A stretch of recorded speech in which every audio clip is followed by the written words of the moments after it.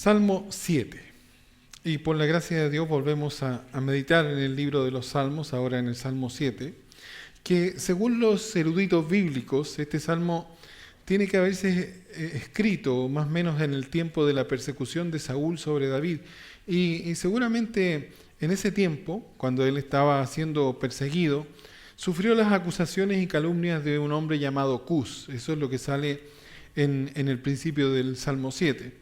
Es lo que dicen los historiadores, y sabemos que David experimentó persecución no solamente bajo el reinado de Saúl, sino también cuando él era rey, fue perseguido. Pero sea el tiempo que haya sido, vemos nuevamente a David de rodillas en medio de una situación angustiante, clamando por salvación, clamando para que Dios moviera su mano en favor de él. Y dice David ahí en el Espíritu, en el Salmo 7, versículo 1, Jehová Dios mío, en ti he confiado. Sálvame de todos los que me persiguen y líbrame, no sea que desgarren mi alma cual león y me destrocen sin que haya quien me libre. Y volvemos aquí a ver a David de rodillas, clamando al Señor, envuelto en temores. Nuevamente lo vemos envuelto en temores. Esto ya lo hemos visto anteriormente en otros salmos, cómo David está envuelto en temores, y esto muestra su humanidad. Y aquí vemos cómo David, siendo pastor, como todo pastor de ovejas, sabía lo que pasaba cuando un león encontraba una oveja sola, por ahí en el campo. Esa oveja, sin un pastor que la defendiera, no tenía oportunidad frente al león. Y el león, con su instinto asesino y su poder, arremetía contra la oveja, la destrozaba y la devoraba. Eso es lo que sucedía en el campo en esos tiempos. Y ese es el sentimiento que David tiene ahora. Me persiguen, me rodean, y mis perseguidores tienen el poder para destruirme. Eso es lo que estaba en el pensamiento de David, y por eso pone la figura del león. ¿Qué puede hacer una oveja sola frente a un león? Absolutamente nada. Entonces ese es el temor que tiene David. Y es importante mirar este sentimiento primero, antes de observar la oración completa, porque el temor es un sentimiento natural en el hombre. A propósito, es parte de nuestra naturaleza caída. El temor es un sentimiento que puede paralizarnos, es un sentimiento que puede detenernos, es un sentimiento que puede hacernos dudar de Dios, hacernos dudar de su amor, hacernos dudar de su poder. El temor puede tentarnos también a movernos en una dirección equivocada, y también el temor nos puede hacer apoyar en una persona equivocada o en una ayuda equivocada. Por eso es importante que veamos lo que David hace con sus temores. Noten que David no está negando el poder del enemigo, no está negando las intenciones del enemigo. Tampoco David está negando que él en su debilidad podría ser destruido. David no está negando nada de esto. El enemigo es real, el enemigo es poderoso, y estaba en plena persecución de David buscando su destrucción. Estas cosas son reales. Pero vemos a David haciendo lo que todo creyente debería hacer cuando está bajo temor, que es conducir y remitir todas nuestras angustias delante del Señor y depositar nuestra confianza en Él. Dice, Jehová, Dios mío, en ti he confiado. Y es cierto, uno en esas situaciones así, y en aquellos tiempos, lo vemos incluso en la misma Biblia, cuando huían, se refugiaban en montañas, en bosques, en cuevas, o a veces huían a un castillo. De alguna forma ellos buscaban algo, alguien que los pudiera salvar, pero frente a un enemigo poderoso, hasta esas cosas podrían parecer inútiles. El enemigo podía rodear el castillo, las cuevas, los bosques y escalar montañas, y todas esas cosas parecen inútiles, y sería cosa de tiempo para que un enemigo poderoso nos rodeara y nos alcanzara. Pero aquí está el por qué tenemos que observar la oración de David, porque dice, Jehová, Dios mío, en ti he confiado. Pero ¿qué enemigo puede romper el cerco o la protección que Dios pone a nuestro alrededor? Eso es. Lo vimos en el Salmo 3, cuando En el versículo 3, David dice, mas tú, oh señores, eres escudo alrededor de mí, mi gloria, y el que levanta mi cabeza. Y Romanos 8:31 dice, si Dios es por nosotros, ¿quién contra nosotros? Entonces David está enseñándonos a ver más allá.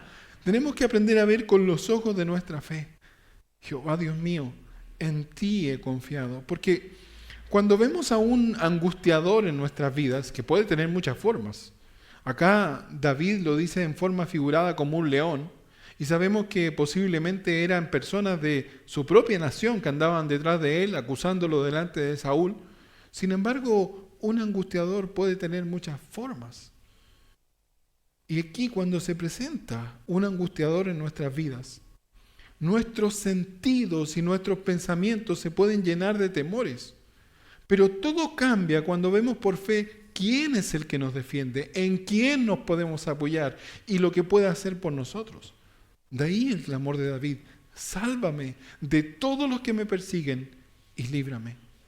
Ahora, cada vez que nos encontramos en situaciones angustiantes, cuando un angustiador está detrás de nosotros, o el hecho de sufrir algún daño, nos hace cuestionar las causas de nuestra aflicción. Y es cierto, podemos empezar a cuestionarnos, ¿por qué estoy sufriendo esto? ¿Por qué estoy viviendo esto? Ahí en el Salmo 6, cuando vimos el Salmo 6, David sabía que estaba siendo disciplinado por Dios y él tenía conciencia de que tanto la persecución como todos los males que le vinieron en ese momento tenían una causa y sabía que la mano de Dios estaba sobre él. David sabía que las angustias que estaba experimentando en el Salmo 6 eran consecuencia de su desobediencia. Pero ¿qué pasa cuando nosotros sabemos que lo que estamos experimentando no es la disciplina de Dios? ¿Qué sucede en nuestro interior?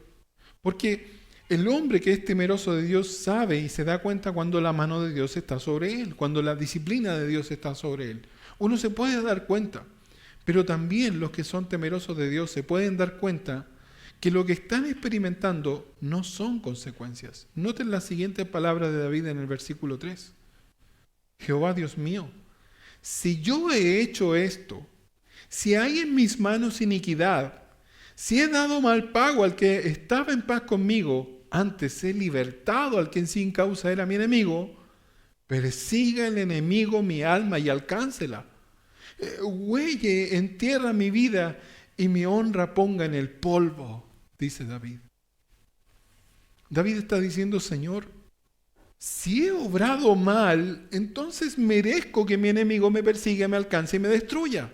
Eso está diciendo David. Pero también dice, no puedo reconocer el que yo esté haciendo mal. Creo que he andado en rectitud, incluso a mis enemigos los he tratado con bien, me he portado como un hombre justo. Señor, tú eres testigo de estas cosas, está diciendo David. Y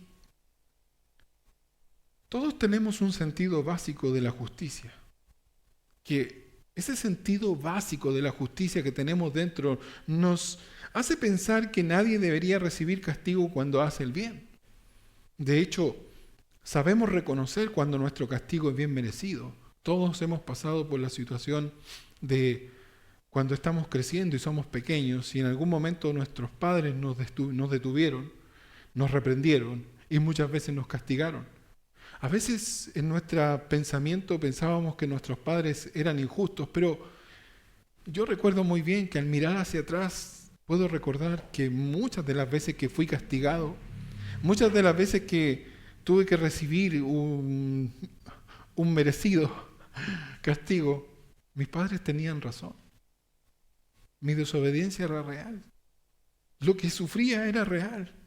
Entonces tenemos ese sentido de la justicia, pero David, fíjense bien, está dispuesto a ser juzgado por sus acciones. Dice, Dios mío, si yo he hecho esto, si hay en mis manos iniquidad, si he dado mal pago al que estaba en paz conmigo, entonces, sí, Señor, estoy dispuesto para que el enemigo me persiga y me alcance. ¿Saben? Leyendo este pasaje, me di cuenta y creo que de aquí viene el viejo dicho, si no estoy diciendo la verdad, entonces que me parte un rayo. Y lo que sucede es que Dios nos ha dado ese sentido de justicia.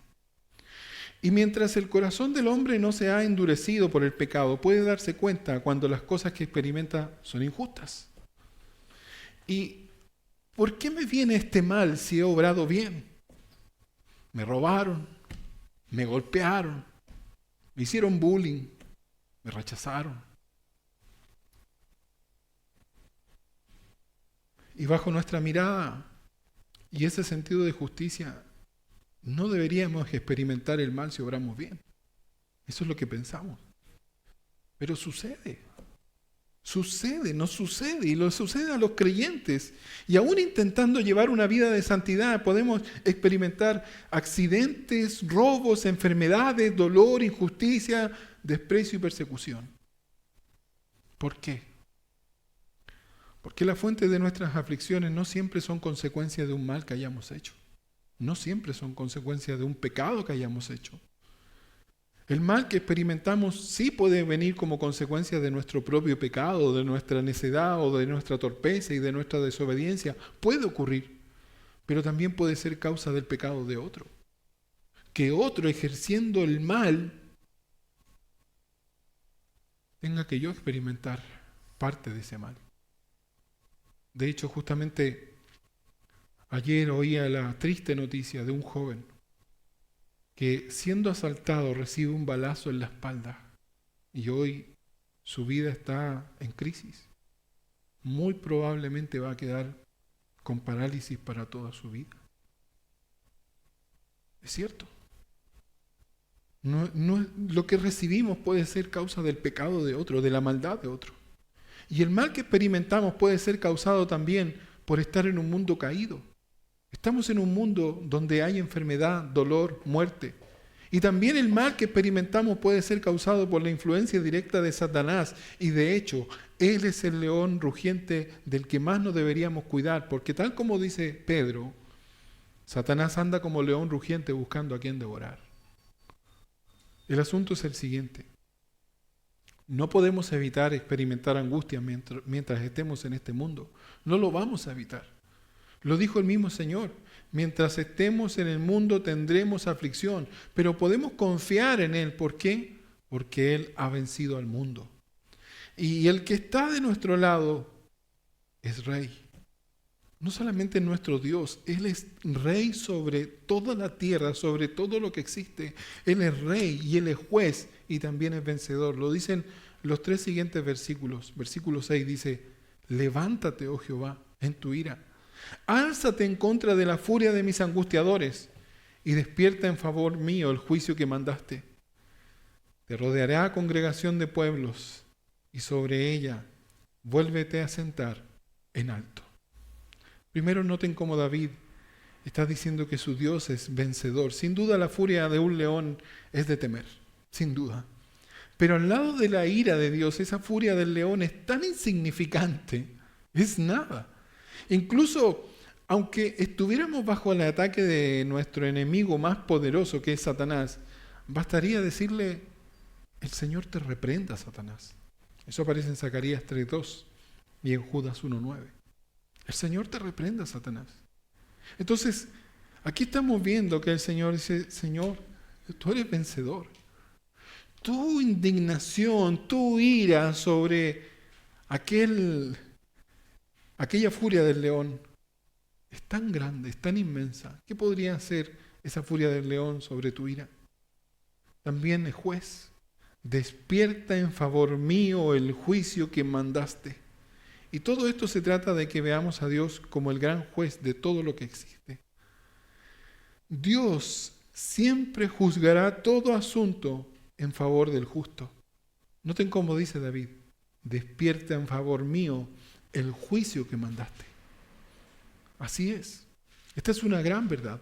Dios siempre juzgará todo asunto en favor del justo. También noten cómo aquí David en su angustia ruega por la ejecución de la sentencia justa.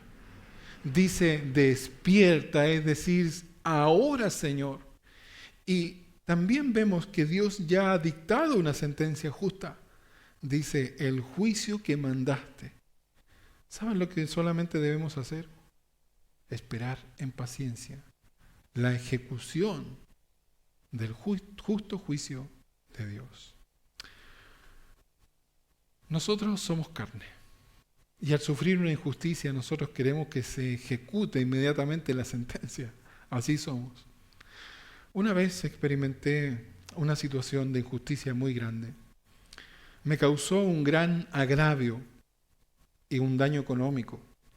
Y recuerdo muy bien esa injusticia porque lloraba en las noches. Oraba y le decía, Señor, ¿por qué? Esto es injusto.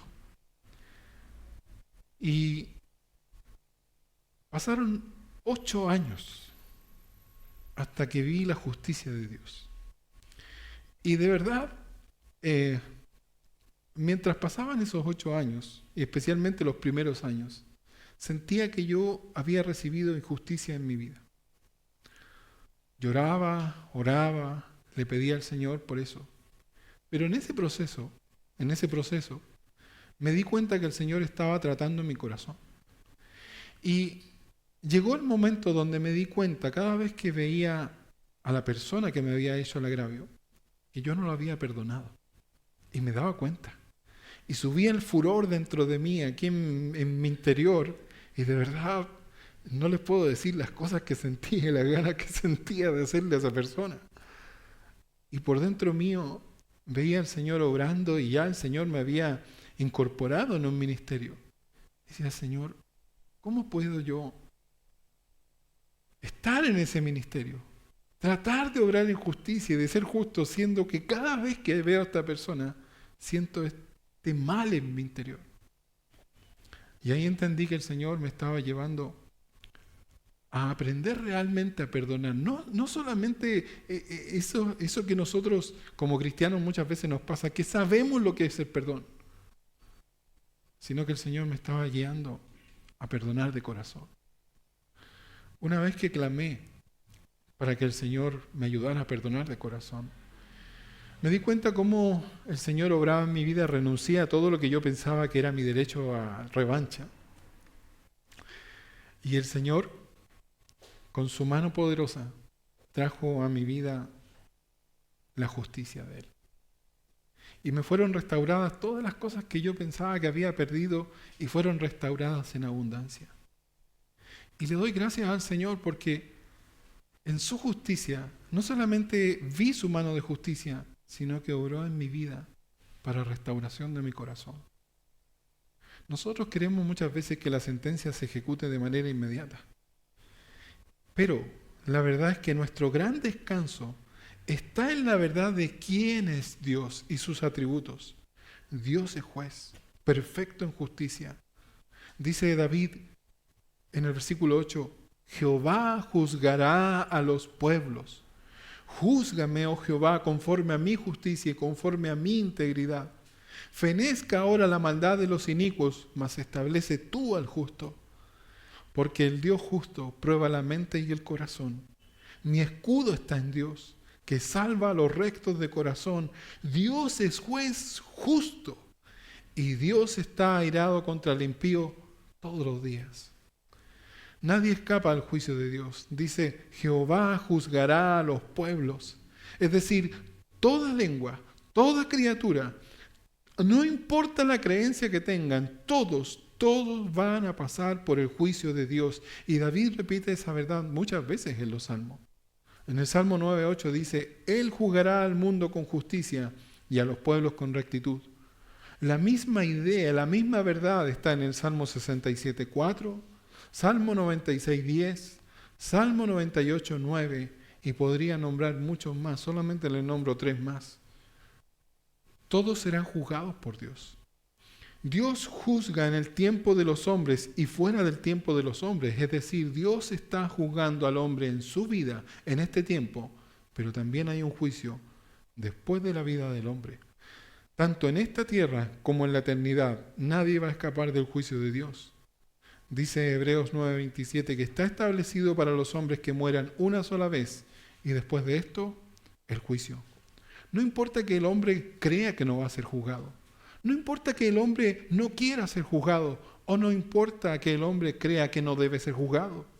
El hombre va a ser juzgado. Y Dios se va a encargar de que todos pasen por su juicio. Y David en su oración puede descansar en esta verdad. Que Dios tiene en cuenta cada acto de los hombres. Cada acto. Pero ojo con esto. Porque ese juicio también nos incluye a nosotros. A cada uno de nosotros. Y por eso David dice, júzgame, oh Jehová, conforme a mi justicia y conforme a mi integridad. Y esta es una oración muy desafiante para el creyente, porque aquí vemos a David pidiendo al Señor que lo ponga en el banquillo de los acusados, que abra un caso en contra de él. Está diciendo, Señor, estoy poniéndome aquí en el banquillo de los acusados, júzgame. Abre un caso contra mí. Júzgame, oh Jehová. Y Dios sabe cuando el hombre camina en rectitud. Dios lo sabe. A Dios no lo podemos engañar. A los hombres podemos engañar. Júzgame, oh Jehová. Dios sabe cuando nosotros andamos en rectitud, y eso no quiere decir que no pequemos. Pero es diferente caer en pecado a estar en pecado, a caminar en rectitud, que caer de esa rectitud. Es diferente. Nosotros, los que somos de Cristo, caemos en pecado porque somos pecadores.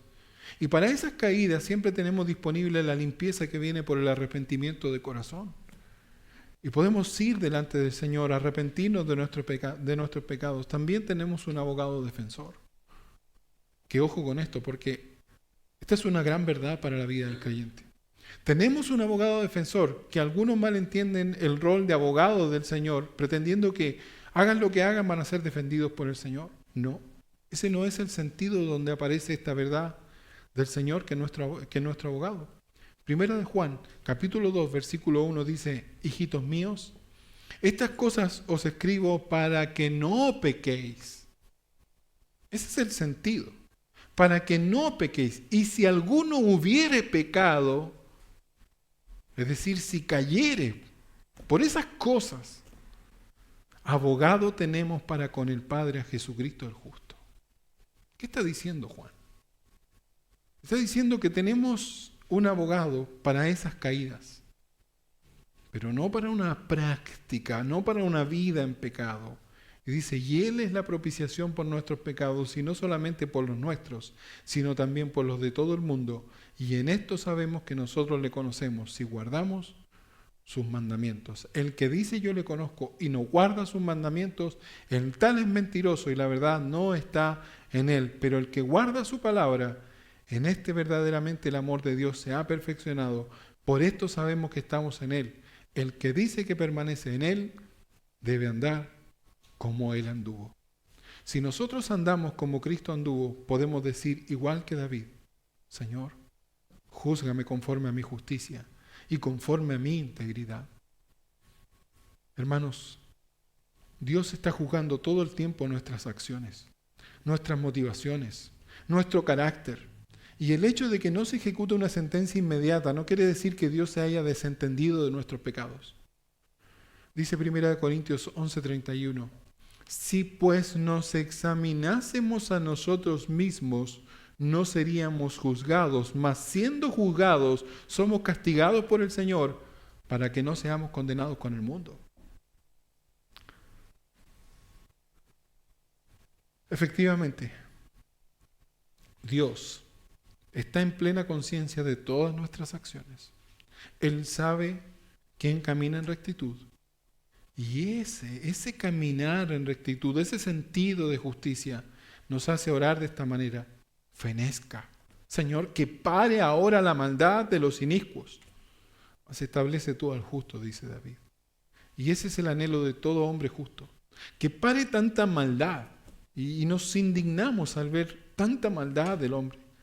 Pero una cosa es importante, debemos guardarnos de hacer nuestra propia justicia. Noten que David está pidiendo al Señor que Él actúe, que sea Él quien frene la maldad. Señor, por favor, que pare todo esto, que pare la maldad de los inicuos. Dice 1 de Pedro, capítulo 2, versículo 20. Pues, ¿Qué gloria es si pecando ustedes son abofeteados y lo soportan? Mas si haciendo lo bueno sufren y lo soportan, esto ciertamente es aprobado delante de Dios, pues para esto fueron llamados, porque también Cristo padeció por nosotros, dejándonos ejemplo para que sigan sus pisadas, el cual no hizo pecado, ni se halló engaño en su boca, quien cuando le maldecía no respondía con maldición, cuando padecía no amenazaba, sino encomendaba la causa al que juzga justamente. Eso es lo que está haciendo David en esta oración. Señor, que pare ahora la maldad de los inicuos, mas establece todo al justo. Eso es lo que David está haciendo, encomendar la causa al que juzga justamente. Ahora, ¿por qué? Y lo dice la siguiente frase. Porque el Dios justo prueba la mente y el corazón. Nosotros vemos acciones y vemos el exterior del hombre. A Dios no se le puede engañar. Conoce las motivaciones en el corazón del hombre. Conoce los pensamientos. El que hace maldad también hace lo imposible por encubrirla, y eso lo vemos. Ayer vi un video de un ladrón que entró a una tienda con una caja de cartón sobre la cabeza para no ser captado por las cámaras. Y de verdad fue patético ver a ese ladrón haciendo eso. Pero al final, finalmente se cargó tanto de algunas cosas que se le cayó la caja y mostró su cara en la cámara. Ahora vemos cómo para los asaltos usan pasamontañas, cubrebocas, capuchas, roban las cámaras, cortan los cables. Los políticos hoy en día hacen desaparecer sus computadoras, borran sus mensajes de sus teléfonos. ¿Y todo para qué? Para encubrir sus actos. Eso es, para encubrir sus actos. Y es claro, ¿por qué? Porque la justicia de los hombres va a fallar, porque sin evidencia es imposible juzgar a alguien. Entonces por eso el hombre intenta cubrir sus rastros, encubrir las huellas. Pero Dios conoce todos los antecedentes antes de dictar un veredicto. Todos los antecedentes. Y por eso puede ejecutar una sentencia justa, porque el Dios justo prueba la mente y el corazón. Nada se le escapa. No importa que el hombre borre sus mensajes, no importa que el hombre haga cosas en secreto y diga cosas en secreto. Dios prueba la mente y el corazón. Por eso su sentencia es absolutamente justa. Y en la eternidad, nadie va a recibir un castigo que no merezca. Nadie. Por eso David dice, mi escudo está en Dios, que salva a los rectos de corazón. Y debemos aprender de esto, en quién debemos poner nuestra confianza. Miren, este no es un llamado a no hacer nada cuando sufrimos una injusticia y estamos bajo el amparo de las leyes de nuestro país, porque si nos asaltan o hacen cualquier acto de violencia en contra de nosotros, debemos denunciar. Debemos acudir a la justicia. Pero sabemos que el hombre es limitado tanto para juzgar como para defender. Pero Dios no tiene esos límites. Y si bien denunciamos frente a los hombres, podemos descansar en el hecho de que Dios es nuestro escudo y su afán es salvar a los rectos de corazón. Hay una verdad en este salmo, y es una verdad eterna, y es una verdad que debemos asentar en nuestros corazones, porque al ver tanta injusticia en este mundo podemos dudar acerca de la justicia de Dios. Pero David dice en el Espíritu, Dios es juez justo, ahí en el versículo 11. Dios es juez justo. Y Satanás va a tratar de que el hombre dude acerca de esta verdad, especialmente cuando pasamos por una injusticia, de las cuales muchas las provoca él mismo. Entonces uno puede llegar a pensar en medio de esa injusticia, esto no está bien. Y Satanás va a venir con pensamientos a tu mente diciendo, esto es injusto lo que estás viviendo. Es injusto. ¿Dónde está Dios en medio de todo esto? ¿Dónde está Dios en medio de las burlas que estás recibiendo, en medio de la injusticia que estás recibiendo? ¿Dónde está Dios? Pero David dice esta verdad, y es una verdad eterna. Dios es juez justo. Y también leemos en los Salmos que Él ama la justicia. Y Él ama a los rectos de corazón, y Él te ama a ti y te mostrará su justicia siempre. Amén. Es cosa de esperar en Él. Es cosa de aprender a esperar en su justicia. Mire, la justicia del hombre puede fallar y falla. Y de hecho, he estado observando algo muy terrible de lo que pasa dentro del sistema judicial de los hombres. No solamente en este país, en muchos países estamos viendo cómo jueces progresistas están llenando las cortes. Y los nuevos jueces vienen condicionados por un pensamiento retorcido de la justicia y de los motivos que hay en la maldad del hombre. Algunos de los nuevos jueces piensan que la maldad del hombre se debe a la falta de oportunidades que ofrece la sociedad. Así que la culpa no es del asaltante, la culpa no es del ladrón, ellos son víctimas. El ladrón, el asaltante es una víctima de un sistema que nunca les dio una oportunidad. Así piensan los jueces progresistas hoy en día, y por eso los dejan sueltos una y otra vez. Y tenemos un sistema de justicia que le paga abogados a los ladrones, a los ofensores, y tienen abogados pagados con nuestros impuestos para defenderlos, y a las víctimas absolutamente nada. Entonces nos preguntamos, ¿cuándo va a parar todo esto? ¿Cuándo el malo va a recibir lo que merece? ¿Cuándo el malo va a recibir lo que merece? Y el Señor nos dice en el Salmo 37, versículo 1 en adelante: no te impacientes a causa de los malignos. Y debo decirles que muchas veces sí me he impacientado al ver la maldad del hombre. Pero el Señor dice, no te impacientes a causa de los malignos, ni tengas envidia de los que hacen iniquidad, porque como hierba serán pronto cortados, y como la hierba verde se secarán. Confía en Jehová, y haz el bien, y habitarás en la tierra, y te apacentarás de la verdad. Deleítate a sí mismo en Jehová, y Él te concederá las peticiones de tu corazón. Encomienda a Jehová tu camino, y confía en Él, y Él hará, y exhibirá tu justicia como la luz, y tu derecho como el mediodía. Guarda silencio ante Jehová y espera en Él. No te alteres con motivo del que prospera en su camino, por el hombre que hace maldades. Deja la ira, desecha el enojo.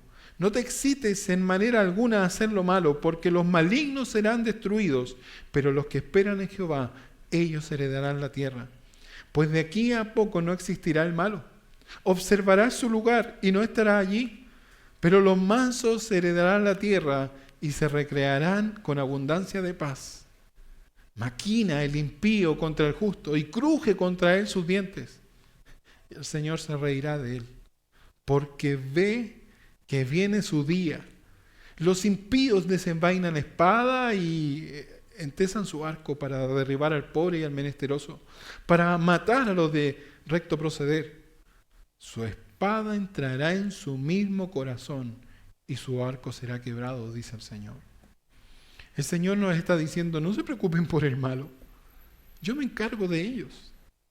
Esto está en mis manos. Y en nuestras limitaciones queremos que Dios ejecute su sentencia contra el que nos hace daño, contra aquel que hizo injusticia en contra de nosotros, y nosotros queremos que lo haga de manera inmediata. Y nos gusta la idea de que Dios sea fuego consumidor para los malos. Eso es lo que tenemos aquí en nuestra mente. Pero la justicia de Dios no funciona según nuestra perspectiva, sino bajo la de Él, bajo la perspectiva eterna. ¿Y saben qué? Deberíamos ser muy agradecidos de esto. Deberíamos ser muy agradecidos de esto, porque si así fuera, si el Señor ejecutara su sentencia de manera inmediata, nosotros ya estaríamos muertos, porque nosotros también éramos culpables.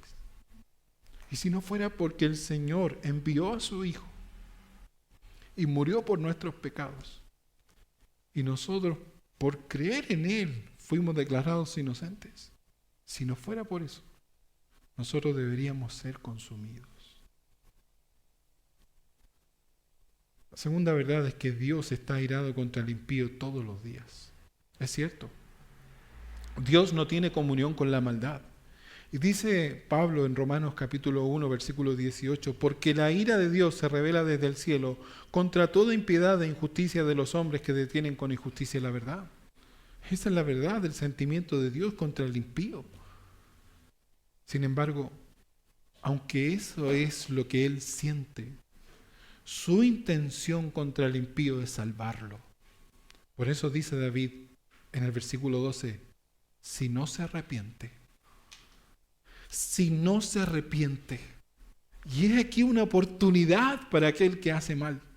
Y de hecho, Dios nos ha escogido a nosotros para que seamos nosotros los que advierten, los que llaman y los que claman para que todos los que no creen se vuelvan de sus pecados y crean.